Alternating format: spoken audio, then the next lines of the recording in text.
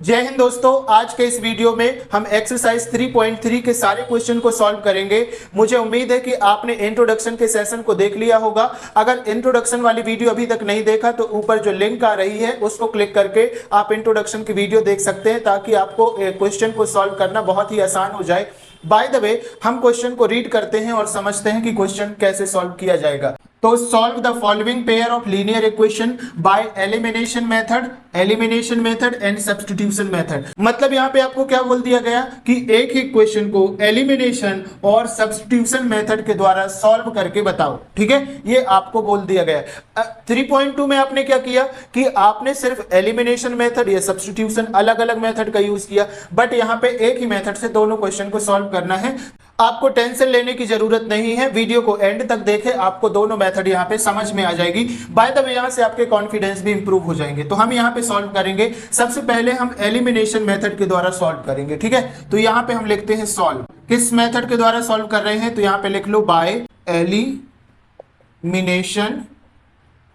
Method. ठीक है, by elimination method के द्वारा हम सॉल्व कर रहे हैं। जब हम सॉल्व करेंगे तो इसको इक्वेशन नंबर 1 ले लो, इसको इक्वेशन नंबर 2 ले लो। ठीक है, आपको एलिमिनेशन मेथड तो आती होगी। ठीक है, आपने देख लिया होगा वीडियो। तो देखो, क्वेश्चन नंबर यहाँ से 1 है, क्वेश्चन नंबर 2 है। एलिमिनेशन मेथड में हम क्या करते हैं, किसी एक वेरिएबल्स को हम हटा देते हैं। ठीक है, तो अब देखो यहाँ पे 2x - 3y = 4 है और यहाँ पे x और y है। तो ऐसा क्या करें कि ये इक्वेशन नंबर 1 और इक्वेशन नंबर 2 इक्वल हो जाए। तो हम क्या करते हैं कि इक्वेशन नंबर 2 में अगर हम 3 का मल्टीप्लाई कर देते हैं तो y वाला इक्वल हो जाएगा, और अगर 2 का मल्टीप्लाई कर देते हैं तो x वाला वेरिएबल इक्वल हो जाएगा। ठीक है, यहाँ पे चीजें समझ में आ रही है ना। तो हम एक काम करते हैं कि इक्वेशन नंबर 1 में हम 2 का मल्टीप्लाई करके x वाले वेरिएबल को इक्वल कर देते हैं। ठीक है, तो मतलब इक्वेशन नंबर 2 में हम 2 का मल्टीप्लाई कर देंगे। ठीक है, तो यहां पे लिखो नाउ मल्टीप्लाई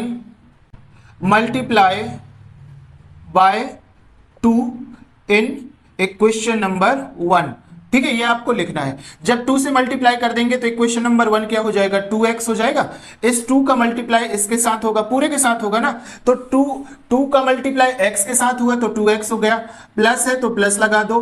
2 का मल्टीप्लाई y के साथ होगा तो 2y हो गया। ठीक है, इक्वल है तो इक्वल लगा दो। 2 का मल्टीप्लाई 5 के साथ होगा तो 10 हो गया। ठीक है, तो इस तरीके से हमको एक इक्वेशन मिल गया जिसको हम इक्वेशन नंबर 3 बोलेंगे। ठीक है, इक्वेशन नंबर 3 बन गया। अब देखो, इक्वेशन नंबर 3 और इक्वेशन नंबर 2 में x की वैल्यू, x वाले वेरिएबल की वैल्यू इक्वल हो गई। अब हम बहुत आसानी से एलिमिनेट कर सकते हैं। तो देखो, अब आगे क्या लिखना है आपको, देखो नाउ सब्स्टिट्यूटिंग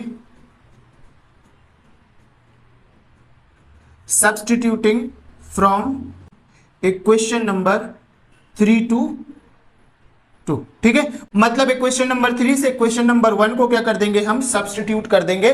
तो सब्स्टिट्यूट कैसे करते हैं, देखो सबसे पहले कौन सा इक्वेशन लिखना है, 3 वाला। तो यहां पे लिखो 2x + 2y = 10।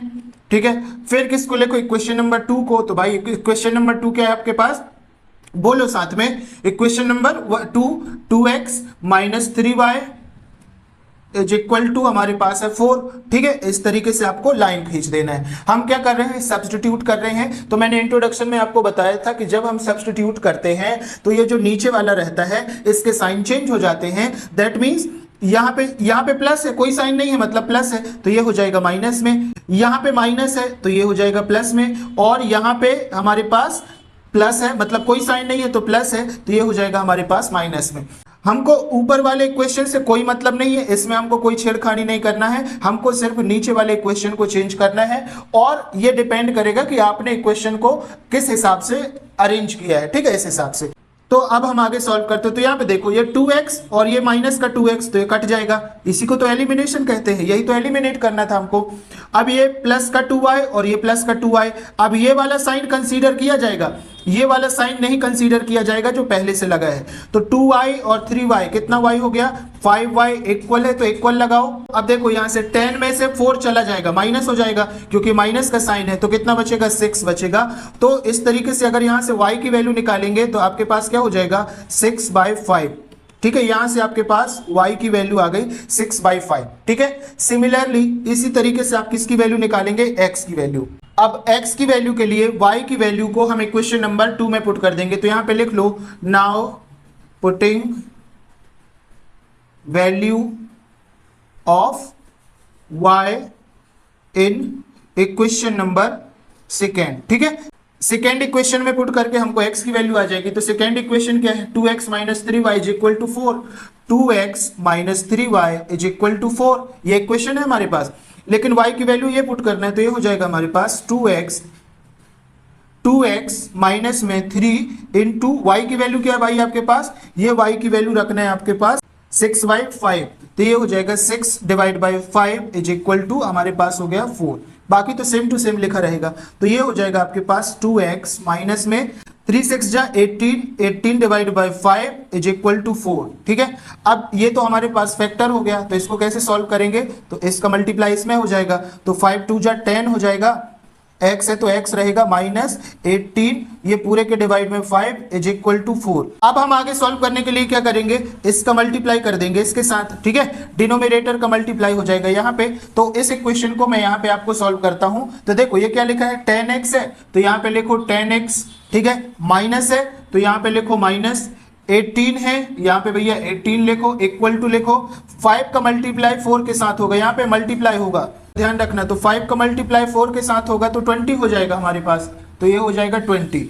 अब यहां से देखो 10x, अब हम ये LHS में 18, अब ये जाएगा RHS में, तो हमारे पास क्या हो जाएगा, यहाँ पे हो जाएगा 20 तो लिखा रहेगा, माइनस में है तो ये हो जाएगा प्लस में 18 हो जाएगा हमारे पास। दैट मीन्स यहाँ से 10x is equal to 20 plus 18 38 हो जाएगा। अगर यहाँ से x की वैल्यू निकालेंगे तो ये हो जाएगा 38/10। ठीक है, दैट मीन्स इसको आगे सॉल्व करेंगे तो ये हो जाएगा 2 5 जा 10 और 2 19 जा 38। तो यहाँ पे x की वैल्यू आ गई 19/5। ठीक है, इस तरीके से हमारे पास x की वैल्यू भी आ गई और यहाँ से हमारे पास y की वैल्यू भी आ गई।